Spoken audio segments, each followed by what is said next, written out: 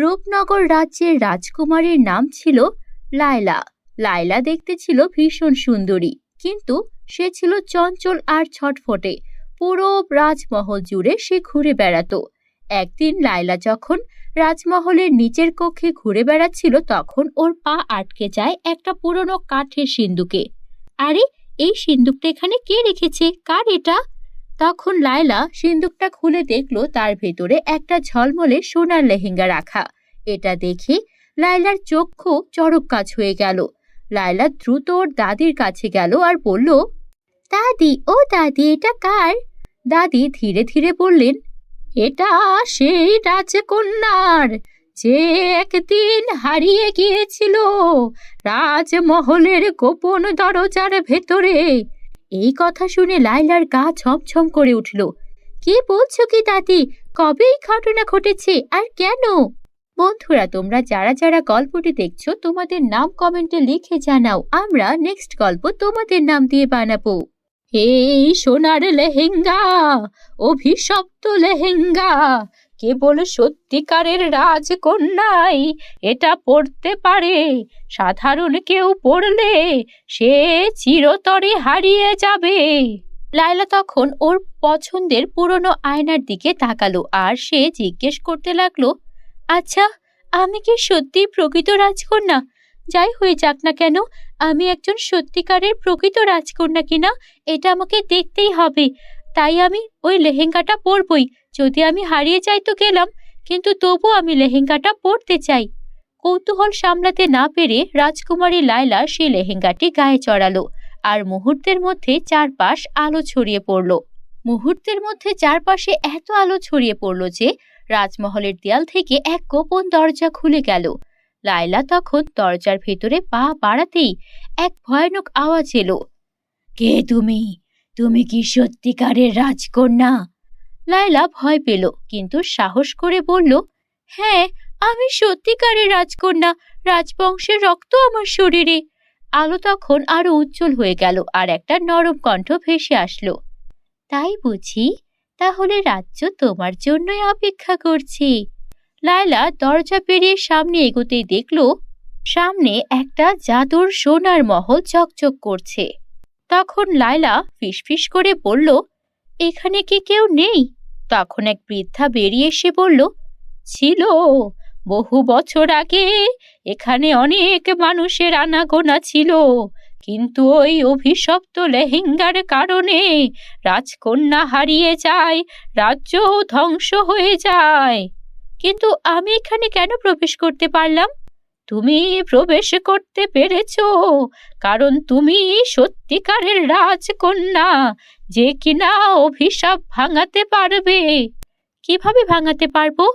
তুমি যদি তোমার হৃদয়ের সত্যিকারের ভালোবাসা দিয়ে এই রাজ্যকে গ্রহণ করো, তবে এটি আবার প্রাণ ফিরে পাবে। আমি তো ছোট, আমি কি পারবো এই রাজ্য শাসন করতে? আমি যদি সত্যি এই রাজ্য শাসন করতে পারি আর রাজ্যের উত্তরাধিকারী হই, তবে আমি চাই এই রাজ্যটি আবারও জীবন্ত হয়ে উঠুক। সঙ্গে সঙ্গে চারপাশের মৃত ফুলেরা প্রাণ ফিরে পেল।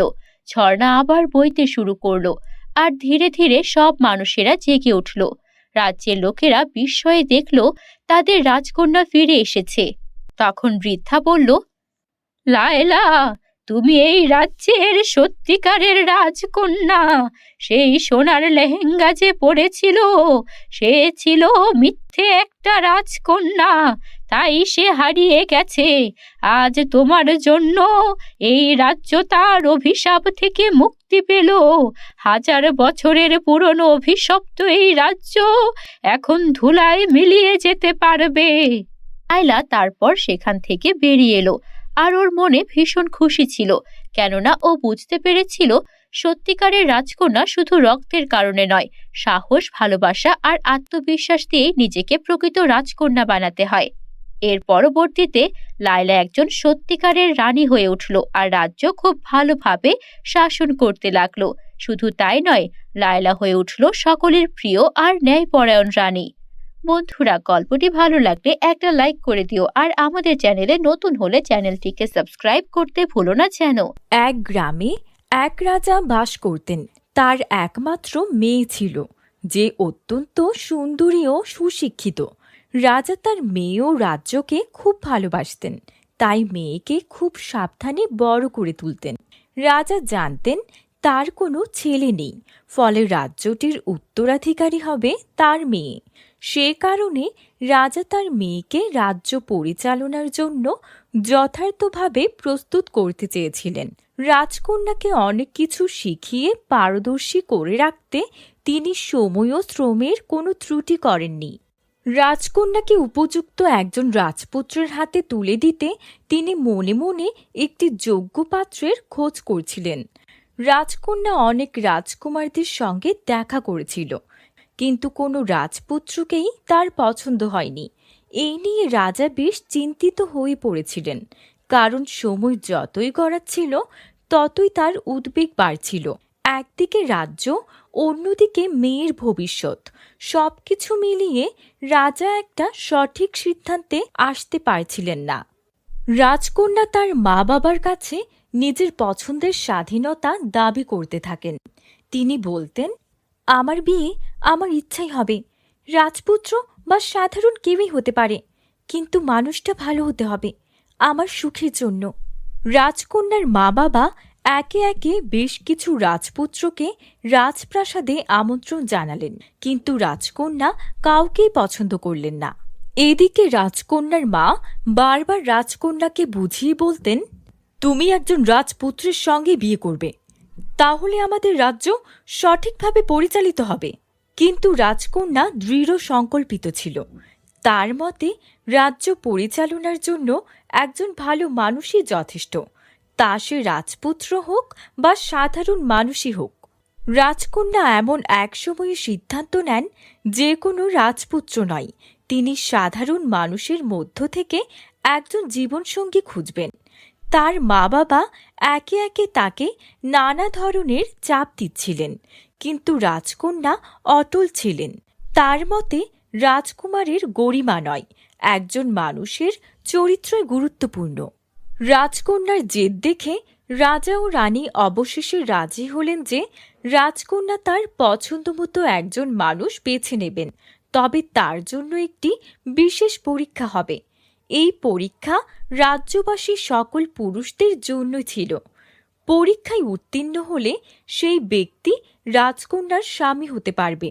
রাজা ও রানী এই সিদ্ধান্তে পৌঁছানোর পর রাজকন্যা তাদের কথা মেনে পরীক্ষা গ্রহণের জন্য রাজি হলেন। সেদিন রাজপুত্রদের আসার দিনে রাজকন্যা সাদা গাউন পরেছিলেন। তিনি এত সুন্দর ছিলেন যে তাকে দেখে সবাই মুগ্ধ হয়ে গিয়েছিল। রাজকন্যা 3টি বিছানা দেখিয়ে বললেন, এগুলোর মধ্য থেকে তোমরা নিজের পছন্দের বিছানা বেছে নাও। 3টি বিছানা ছিল সোনা, রূপা এবং তামার। রাজকন্যা জানালেন, যিনি সঠিক বিছানা বাছবেন তিনিই তার জীবনের সঙ্গী হবেন। অনেক রাজকুমার সোনা এবং রূপার বিছানা নিয়ে চলে গেলেন, কিন্তু পরেশ নামের এক সাধারণ ছেলে তামার বিছানা বেছে নিল। রাজকন্যা তার এই সিদ্ধান্তে সন্তুষ্ট হলেন। রাজকন্যার মনে হল, সোনা ও রূপার আভিজাত কিংবা গৌরবের চেয়ে এক সাধারণ মানুষের মধ্যে যেটা গুরুত্বপূর্ণ তা হল তার প্রকৃত চরিত্র এবং দৃঢ় মনোবল। রাজকন্যা তার জীবন সঙ্গী হিসেবে পরেশকেই বেছে নিলেন। রাজকন্যা আর পরেশ একে অপরকে গ্রহণ করলেন এবং তারা ধুমধাম করে বিয়ে করলেন। রাজপুত্রদের মধ্যে যে ব্যক্তি রাজকন্যাকে নিজের চরিত্রের গুণে জয় করতে সক্ষম হয়েছে তাকে রাজকন্যা নিজের জীবনসঙ্গী হিসেবে গ্রহণ করেছিলেন। এইভাবে রাজকন্যা তার পছন্দের বিছানা নির্বাচন করে নিজের জীবনের সঙ্গী বেছে নিলেন। তার এই সিদ্ধান্ত রাজ্যে এক নতুন দৃষ্টিভঙ্গি নিয়ে এলো। রাজ্যবাসী বুঝতে পারল যে রাজ্য পরিচালনার জন্য এবং সুখী সংসার গড়ার জন্য কখনোই বংশ বা আভিজাতই সবচেয়ে গুরুত্বপূর্ণ নয়, বরং সত্যিকারের গুণ এবং চরিত্র হল মূল বিষয়। এভাবেই রাজকন্যা ও পরেশের বিয়ে রাজ্যে শান্তি ও সমৃদ্ধি নিয়ে এলো এবং রাজকন্যা তার নিজের জীবনের জন্য একটি শক্তিশালী ও দয়ালু সঙ্গী বেছে নিয়ে সুখী হলেন। সোনাপুর রাজ্যের একমাত্র রাজকন্যা রেশমা তার বাবা মায়ের ভীষণ আদরের ছিল। রেশমাকে তার বাবা মা অর্থাৎ রাজা রানী এমন কোনো সুখ স্বাচ্ছন্দ্য ছিল না যা এনে দেয়নি। তবে রেশমা ছিল খুবই সরল মনের। ওর এসব সুখ স্বাচ্ছন্দ্যের প্রতি কোনো লোভ ছিল না। ওর ঘরে থাকতো দামি জিনিসের জায়গায় পুরনো সব জিনিসপত্র। তেমনি একদিন ওর একটা পুরনো আয়নার দিকে তাকিয়েছিল। হঠাৎ ও একটা লিপস্টিক তুলে নিল, যেটা কিনা ওই শহরেরই একটা বুড়িমার কাছ থেকে পেয়েছিল উপহার হিসেবে। বুড়িমা বলেছিল লিপস্টিকটা জাদুর। তখন রেশমা সে লিপস্টিকটা হাতে তুলে নিল আর বলতে লাগলো, আচ্ছা, বুড়িমা যে বলেছিলেন এই লিপস্টিকটা জাদুর, এটা কি সত্যিই জাদুর? তখনই আয়নাটা চকচক করে উঠল আর একটা নরম কণ্ঠ ভেসে উঠল, হ্যাঁ রাজকন্যা, এই লিপস্টিক যার ঠোঁটে থাকবে তার বলা সব কথা সবাই বিশ্বাস করবে। রেশমার চোখ বড় হয়ে গেল। রাজসভায় কেউ তার কথা শুনতো না। বন্ধুরা, তোমরা যারা যারা গল্পটি দেখছো তোমাদের নাম কমেন্টে লিখে জানাও। আমরা নেক্সট গল্প তোমাদের নাম দিয়ে বানাবো। তখন রেশমা লিপস্টিকটা তার ঠোঁটে লাগালো আর বলল, এই রাজ্যের খাদ্য মজুদ শেষ হয়ে যাচ্ছে, কিন্তু মন্ত্রী মিথ্যে কথা বলছে। রাজা তখন গম্ভীর হয়ে বললেন, এটা কি সত্যি? তাহলে তদন্ত করো। রেশমা ভীষণ খুশি হলো, কারণ এই প্রথম ওর কথা ওর বাবা শুনল। তখন আয়না ওকে আবারও বলল, সাবধান রেশমা, সত্যের পাশাপাশি মিথ্যেও কিন্তু বিশ্বাসযোগ্য হয়ে উঠবে, কখনো মিথ্যা বলো না।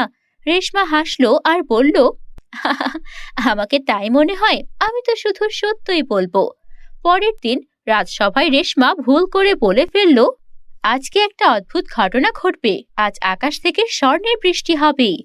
রাজা মন্ত্রী সবাই তখন আকাশের দিকে তাকিয়ে থাকলো, কিন্তু আসলে তেমন কিছুই হলো না। তখন রাজা কঠোর কণ্ঠে বললেন, মিথ্যে বলেছ তুমি রাজকন্যা, তুমি এখন কারাবন্দী। রেশমার চোখে তখন জল চলে এলো আর সে মনে করে দেখলো আয়না তাকে সত্যি কথাই বলেছিল। এবার আমি কি করব? আমি তো লোভে পড়ে এমন কিছু বলে ফেলেছিলাম যেন আমার বাবা আমাকে ভালোবাসে আর রাজ্যের সবাই আমাকে রাজকন্যা হিসেবে সম্মান করে। কিন্তু এবার কি হয়ে গেল? আয়না, তুমি কি জানো আমি এবার কিভাবে নিজেকে বাঁচাবো? এভাবে আমি কারাবন্দী হতে চাই না। হ্যাঁ, একটা উপায় আছে। তুমি যদি মন থেকে কোনো সত্যি কথা বলো বা কারো ভালো চাও, তাহলে সবকিছু ঠিক হয়ে যাবে। আমি আসলে আমার বাবাকে সাহায্য করতে চেয়েছিলাম, বাবাকে রক্ষা করতে চেয়েছিলাম, কারণ আমি জানি ওই মন্ত্রী একটা মিথ্যেবাদী, সে আমাদের পুরো রাজ্যের ক্ষতি চায়। এই বলে রাজকন্যার চোখ থেকে টপ টপ করে পানি পড়তে লাগলো, আর সেই চোখের পানি পড়লো সেই জাদুর লিপস্টিকের ওপর। সঙ্গে সঙ্গে পুরো ঘর আলোয় আলোকিত হয়ে গেল। তখন আয়না বলল, রাজকন্যা কেঁদো না, আমাকে তুমি তোমার বাবার কাছে নিয়ে যাও, আমি সব সত্যি দেখিয়ে দেব। তারপর রাজকন্যা জাদুর আয়না ওর বাবার কাছে নিয়ে গেল। আর তখন রাজা দেখলেন এতদিন ধরে মন্ত্রী যা যা অন্যায় করেছিলেন সেই সব কিছু আয়নায় দেখা যাচ্ছে। তখন রাজা বুঝতে পারলেন তিনি এতদিন ধরে ভুল মানুষের ওপর বিশ্বাস করেছেন। তখন সে তার মেয়ের কাছে ক্ষমা চেয়ে বললেন, আমার ভুল হয়ে গেছে রে মা, নিজের মেয়েকে আমি বিশ্বাস না করে একজন পর মানুষকে বিশ্বাস করেছি। এই মন্ত্রী আমাদের রাজ্যের প্রজাদের অনেক অত্যাচার করেছে, রাজ্যের কোষাগার, রাজ্যের খাদ্য সবকিছু নিয়েই বাড়াবাড়ি করেছে। ওকেই কারাগারে পাঠানো হবে। আর আমিও বুঝতে পেরেছি আমার মেয়ে কখনো মিথ্যেবাদী হতে পারে না। আজকের পর থেকে আমি তোকে কখনোই আর ভুল বুঝবো না মা। আর তুই যে আকাশ থেকে সোনার বৃষ্টির কথা বলেছিলি, আমার বোঝা উচিত ছিল এই ধরনের কিছু বাস্তবে হতেই পারে না। আর আমি আমার নিজের মেয়েকেই কিনা কারাবন্দী করতে গিয়েছিলাম। আমাকে তুই ক্ষমা করে দিস মা। না বাবা, তুমি আমাকে ক্ষমা করে দিও। আমি সেদিন এত বড় একটা কথা রাজ্যসভায় বলে ফেলেছি। আমি রাজ্যের রাজকন্যা, আমাকে আরেকটু সাবধান হওয়া উচিত ছিল। তারপর এভাবেই জাদুর আয়নার সাহায্যে রেশমা সেবারের মতো বেঁচে গেল। আর রেশমা এটাও বুঝে গেল যে সত্য বলার জন্য কখনো জাদুর প্রয়োজন হয় না, সৎসাহস থাকলে সেটাই যথেষ্ট। এরপর থেকে রেশমা কোথাও কোনো অবিচার অন্যায় দেখলে তার বিরুদ্ধে প্রমাণ জোগাড় করত, আর তারপর তার সঙ্গে সঙ্গে পদক্ষেপ নিয়ে সেটার সমাধান করত। এরপর থেকে সেই রাজ্যে আর কোনো রকম কষ্ট রইল না, সবাই সুখে শান্তিতে থাকতে শুরু করলো। বন্ধুরা, আমাদের চ্যানেলে নতুন হলে চ্যানেলটিকে সাবস্ক্রাইব করতে ভুলো না যেন। Bye bye.